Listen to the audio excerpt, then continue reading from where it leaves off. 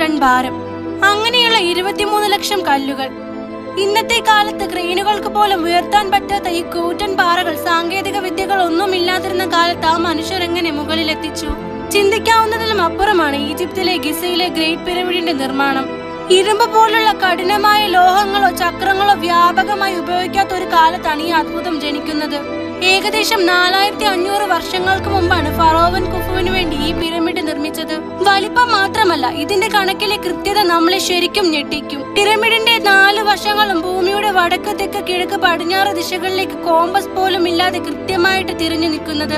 ഒന്ന് ചിന്തിച്ചാൽ ലക്ഷക്കണക്കിന് ടൺ ഭാരമുള്ള ഈ കല്ലുകൾ ഇത്രയും കൃത്യതയോടെ ഒന്നിനു മുകളിൽ ഒന്നായി വെക്കാൻ അവർക്ക് എങ്ങനെ കഴിഞ്ഞു എന്നത് ഇന്നും ശാസ്ത്രലോകത്തിൽ ഒരു വലിയ ചോദ്യചിഹ്നമാണ്. അത് മാത്രമല്ല, ആകാശത്തെ ഓറിയോൺ എന്ന 3 നക്ഷത്രക്കൂട്ടങ്ങളുടെ കൃത്യം നേരെ താഴെയാണ് ഗിസയിലെ 3 പിരമിഡുകളും സ്ഥിതി ചെയ്യുന്നത്. ഇനിയുമുണ്ട് അത്ഭുതങ്ങൾ. പുറത്ത് കഠിനമായ മരുഭൂമിയിൽ 45 ഡിഗ്രി ചൂടാണെങ്കിലും പിരമിഡിനുള്ളിലെ താപനില എപ്പോഴും കറക്റ്റ് 20 ഡിഗ്രി സെൽഷ്യസ് ആയിരിക്കും. ഒരു പ്രകൃതിദത്തമായ എയർ കണ്ടീഷനിങ്. ഇതിന്റെ ഉള്ളിൽ ഫറോവന്മാരുടെ മമ്മികൾ വെച്ചിരിക്കുന്ന പ്രധാന അറകൾ കൂടാതെ ഇനിയും മനുഷ്യർക്ക് തുറക്കാൻ കഴിയാത്ത നിരവധി വഴികളും രഹസ്യങ്ങളും ഒളിഞ്ഞിരിപ്പുണ്ട്. പുരാതന ലോകത്തിലെ 7 അത്ഭുതങ്ങളിൽ ഇന്നും തകരാതെ അവശേഷിക്കുന്ന ഒരേയൊരു അത്ഭുതമാണ് ഈ ഗ്രേറ്റ് പിരമിഡ്.